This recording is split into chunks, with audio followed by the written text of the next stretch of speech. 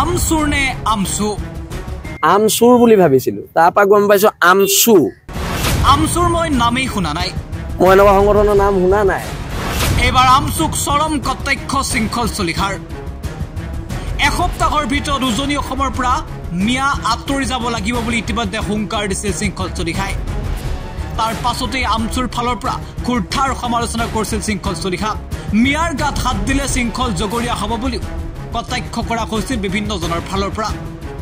মুঠতে শৃংখল চলিহাক লৈ সৰব হৈ পৰিছিল আমচুকে ধৰি বিভিন্ন দল সংগঠন। আৰু তাৰ পাছতেই এইবাৰ শৃংখল চলিহাৰ চৰম কটাক্ষ আমচুক। শৃংখল চলিহাৰ মতে আমচুৰ হেনো তেওঁ নামেই শুনা নাই। আমচুৰ নে আমচু বুলি কটাক্ষ শৃংখল চলিহাৰ। আমচুৰ বুলি ভাবিছিলোঁ, তাৰপৰা গম পাইছোঁ আমচু। মই এনেকুৱা সংগঠনৰ নাম শুনা নাই। আমচুৰ বুলি ভাবিছিলোঁ, তাৰপৰা গম পাইছোঁ আমচু। এতিয়া আমচুৰ নে আমচু প্ৰথম সেইটো আমি প্ৰথমতে মই গম পাই লওঁ। একে সময়তে আব্দুল ৰছিদ মণ্ডলক বহিষ্কাৰ কৰিবনে কংগ্ৰেছে? মুকলিকৈ এইবাৰ কংগ্ৰেছক প্ৰশ্ন শৃংখল চলিহাৰ।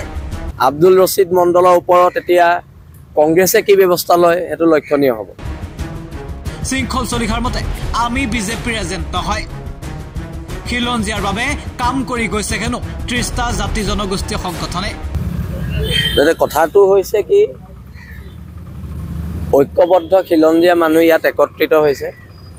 ধৰ্মৰ ঊৰ্ধত ইয়াত থলগুৰি মানুহ একত্ৰিত হৈছে। আৰু ইয়াক ধৰ্মীয় ৰহণ যদি কোনোবাই সানিব বিচাৰিছে তো ভুল বিচাৰিছে। আব্দুল ৰছিদ মণ্ডলৰ ওপৰত এতিয়া কংগ্ৰেছে কি ব্যৱস্থা লয় সেইটো লক্ষণীয় হ'ব। কাৰণ আব্দুল ৰছিদ মণ্ডলে খিলঞ্জীয়াৰ বিপক্ষে কথা কৈছে। কংগ্ৰেছৰ পৰা বহিষ্কাৰ কৰে নকৰে তাৰ ওপৰত কথা হ'ব।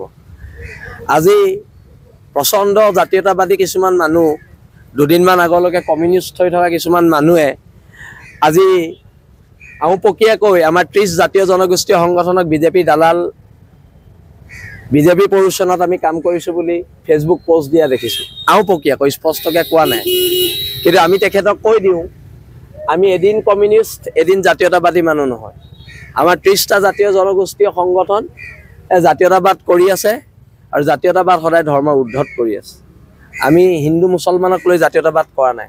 আমি জাতীয়তাবাদ কৰিছোঁ থলগিৰি খিলঞ্জীয়া মানুহখিনিৰ ভৱিষ্যত সুৰক্ষাৰ কাৰণে। আৰু এতিয়া আব্দুল ৰছিদ মণ্ডলে যি হুংকাৰ দিলে, সেই হুংকাৰ কাক দিলে? সেই হুংকাৰ ৩০টা জাতীয় জনগোষ্ঠীয় সংগঠনৰ স্বাভিমানক দিলে। সেই ৩০টা জাতীয় জনগোষ্ঠীয় সংগঠনৰ ত্যাগক দিলে। ৩০টা জাতীয় জনগোষ্ঠীয় সংগঠনৰ সৈনিকসকলৰ নীতি আদৰ্শক দিলে। আৰু সি আজি শিৱসাগৰে ৩০টা জাতীয় জনগোষ্ঠীয় সংগঠন, অসমৰ ৩০টা জাতীয় জনগোষ্ঠীয় সংগঠনৰ অন্তৰত আঘাত দিছে। ইয়াৰ বিৰুদ্ধে প্ৰতিবাদ হ'ব। আমি কৈছোঁ যে ইয়াত থকা বহিৰাগত মানুহখিনি উজনি অসম ত্যাগ কৰিব লাগে। কাৰণ উজনি অসমখন আমাৰ ঘৰ। আমি প্ৰথম আমাৰ ঘৰখন আমি ছেফ কৰিব লাগিব, ছিকিউৰ কৰিব লাগিব। আৰু সেইকাৰণে আমি এটা কথা একদম স্পষ্টকৈ কৈ দিছোঁ যে 7 দিনৰ সময়সীমা আজি 3 দিন গৈছে আৰু 4 দিনৰ ভিতৰত তেওঁলোকে ত্যাগ কৰিব লাগিব। তাৰ কাৰণে প্ৰত্যেক মানুহে সহযোগ কৰিব লাগিব। প্ৰত্যেক খিলঞ্জীয়া মানুহে, সি হিন্দু হওক সি মুছলমান হওক, সকলোৱে সহযোগ কৰিব লাগিব। আৰু ইয়াত ধৰ্মীয় মেৰুকৰণৰ যিটো ৰূপ দিয়া হৈছে, ধৰ্মীয় মেৰুকৰণৰ সেই ৰূপটোৰ বিৰুদ্ধে এইখন সংগ্ৰাম হৈছে। আমি এইটো দেখুৱাব বিচাৰিছোঁ যে উজনি অসমৰ থলগিৰি মানুহ না হিন্দু না খ্ৰীষ্টান না মুছলমান। আমি ইয়াত থলগিৰি হিচাপে জীয়াই আছোঁ, অনাদি অনন্তকাললৈকে থলগিৰি হিচাপে জীয়াই যাম।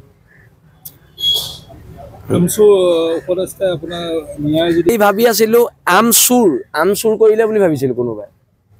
মই এনেকুৱা সংগঠনৰ নাম শুনা নাই। আমচুৰ বুলি ভাবিছিলোঁ, তাৰপৰা গম পাইছোঁ আমচু। এতিয়া আমচুৰ নে আমচু প্ৰথম সেইটো আমি প্ৰথমতে মই গম পাই লওঁ।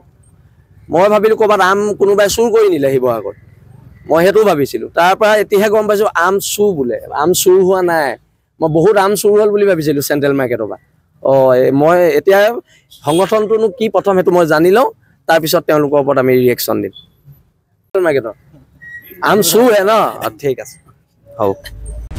শিৱসাগৰ পৰা কেশৱৰ প্ৰতিবেদন, এনি টক্স।